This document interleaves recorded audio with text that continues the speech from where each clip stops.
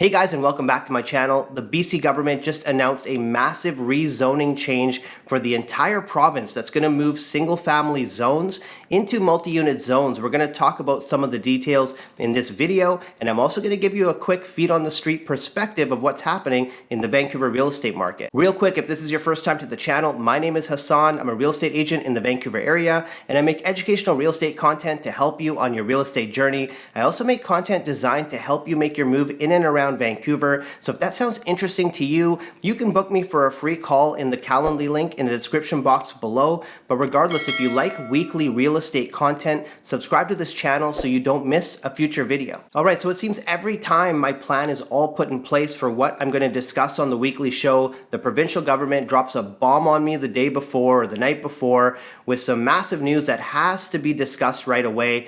Don't worry, I've done my homework. We're going to talk about one of the most significant rezoning, proposed legislation to rezoning that we've seen in this province at any point. Now, what has essentially happened, and we knew this was coming, I think a lot of us didn't realize this was coming so quickly, is the provincial government has basically said that zones that are strictly for single family / duplex across the province, those are going to be no longer in communities that have 5,000 people or more. So what happens now in these single family zones is they're going to require a minimum allowable 3 units. And it depends on lot size. So basically anything that's 280 square meters or less, the minimum will be 3 units for municipalities to allow for.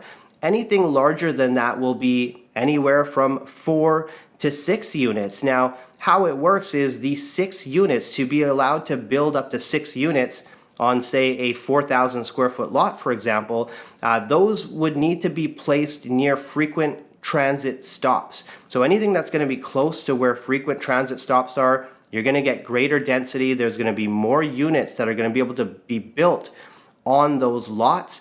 We still don't know exactly, how they're going to define being close to the frequent transit stops, but basically all the single family zones across the province, 3+ units, they're calling this zoning SSMUH, small scale multi-unit housing. So they have a title for this zoning, again, rolling out right across the province for communities that have 5,000 residents or more. They're also making it absolutely permissible to have a secondary suite right across the province. There are some communities that didn't allow for them, but any single family / duplex zone will now allow for a secondary suite or what we call an accessory dwelling unit, ADU, which is like a laneway home in the back. So this is also going to be added into the equation.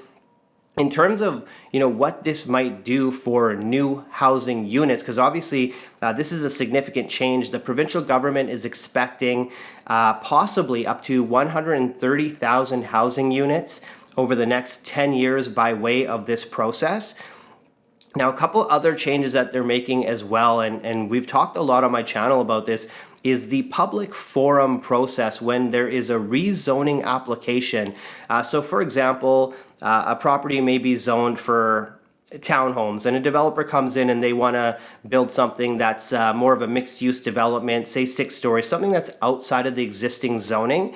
That goes to a public forum, and basically as part of the process, when it hits the public forum, this is where there's a lot of back and forth. There's a lot of delays in the process for developers to get projects moving forward. So basically how it's going to work now is that public forum element, when there's a rezoning change, is going to be wiped out. There's going to be no public forum, but what they're going to do essentially is they're going to give the public a voice at the start of the process. And the start of the process will be based within what we call an official community plan. So essentially, what the official community plan is, it's like a long-term vision of what the city sees for itself in terms of housing, in terms of infrastructure, in terms of transportation.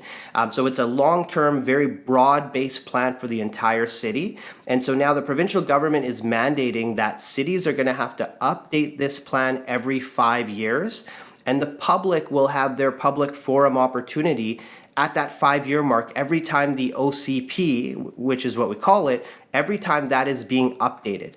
So every 5 years, the public will have their say. Now, also, in addition to making sure that that's updated every 5 years, the provincial government is also going to the cities and saying, you need to do a housing needs plan, standardized plan that's going to be across, again, all the municipalities across the province. You need to do this every 5 years as well to make sure they're on track, to make sure if there's any adjustments that need to be made, that they're swift and nimble and they're able to do that. Right now, how it works is even if a zoning essentially is approved within an OCP in terms of what the plan looks like for the city, if that property is not already rezoned, it goes to that public forum. But now, if it's within the OCP that this is what the city and the public wants for this area, then it no longer goes to the public forum. So that's going to speed up this development timeline. In addition to all of this, the provincial government, they're contributing $50 million across the province to basically start these initiatives off. They're going to come up with a policy manual or a handbook that's basically going to have standardized sets of setbacks and building height requirements. So they're basically going to have a standardized plan for municipalities to follow. There'll be design schemes in there as well for developers to use. So this policy is going to be distributed to, of course, all the municipalities across the province. So there's a standardized set. Now, if you follow my channel, you'll know that Vancouver just recently did their rezoning into multiplex zoning from single family. Victoria has done it as well. So what the provincial government is saying is that if municipalities have already taken this step of shifting from single family zones into multi-units, then those bylaws will remain the way the municipalities have them constructed. So again, those are going to stick. Now, having said that, what I would like to see personally is I would love to see Vancouver adopt the 6 units close to transit, even if it's on a bit of a smaller lot size. The way it is right now in Vancouver and the frenzy for these Vancouver lots, there's no deals to be had. And for most of the lots, the numbers don't make sense for these builders to come in and build multiplexes unless they're specific types of lots, larger lots, corner lots, etc.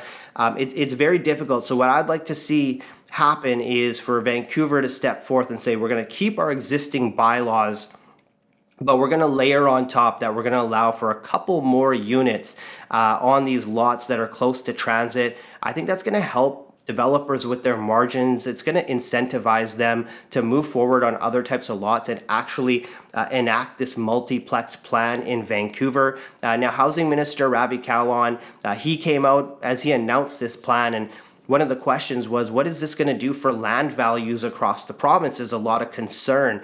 And he suggested that anytime you do a massive rezoning like this, that it's likely to have a smaller effect on land values. I'm not so certain. I think there's certain areas where this is definitely going to increase land values, specifically Burnaby, the Tri-Cities for sure. I think these areas that are kind of close to Vancouver, they're going to see a bit of a spike for sure with this new legislation. In terms of timeline, so the provincial government is basically saying that municipalities have till the middle of next year to update their zoning bylaws. So it's going to be a bit of a staggered rollout with how this is going to look. A lot of us, again, are going to wait for this policy manual to see exactly what's in there, some more rules surrounding how this is going to look. What is a frequent transit stop? What are these locations looking like? Because those units, those detached homes, those are going to carry, a lot more value to be able to have those additional units by being close to transit. So that's essentially what they've announced so far. Again, the news came out yesterday. I think I caught wind of it late in the afternoon. So I did the homework that I could of what's out there right now. But there's definitely going to be more to come. So in future videos, I will cover this. I do want to switch gears really quickly to what's happening in the real estate market today, because I'm feeling a lot of deja vu in terms of exactly what's happening activity-wise. These sales numbers just came out for October. A couple of things that I can tell you that are meaningful is we have finally hit the 10-year average for inventory in Metro Vancouver. All year for the last couple of years, in fact, we were trailing behind this 10-year average. We're now there. So listing activity has picked up. Sales activity, although up, year over year. I think, and again, last year was a very slow year. We're up about 3%, I want to say, for sales activity in Metro Vancouver. Compared to the 10-year average for sales activity, we were down almost 30%. So October was extremely quiet. And when I say deja vu, this reminds me so much of what happened last year. Last year, the best buying opportunity of the entire year came in October, November, December. It was quiet. And in January, it picked right up. Nobody was expecting in January that it would, except for myself. I did come out at the end of December and say that I expected January was going to be the best time for sellers to list their properties because of inventory drop off at the end of December. I was wrong, because what essentially happened is for the next 5 or 6 months, the market kept going upwards, but January did switch into a seller's market, which is very rare, and activity was heightened in January compared to years past.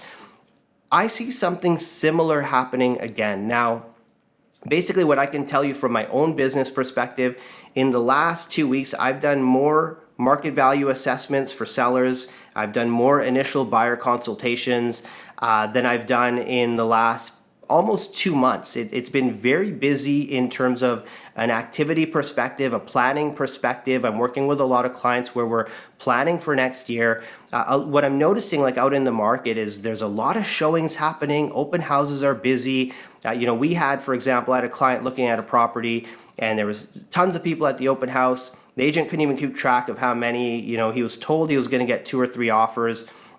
But when push came to shove, when it came to actually writing the offers, none of them came through. And I'm seeing that in my own business too, as we're getting right to that point, and then home buyers are saying, you know what, let's be patient. Let's see if prices continue to drop. And while nobody wants to catch a falling knife, that's a dangerous game to play, because what we learned last year is the market is slow until it's not.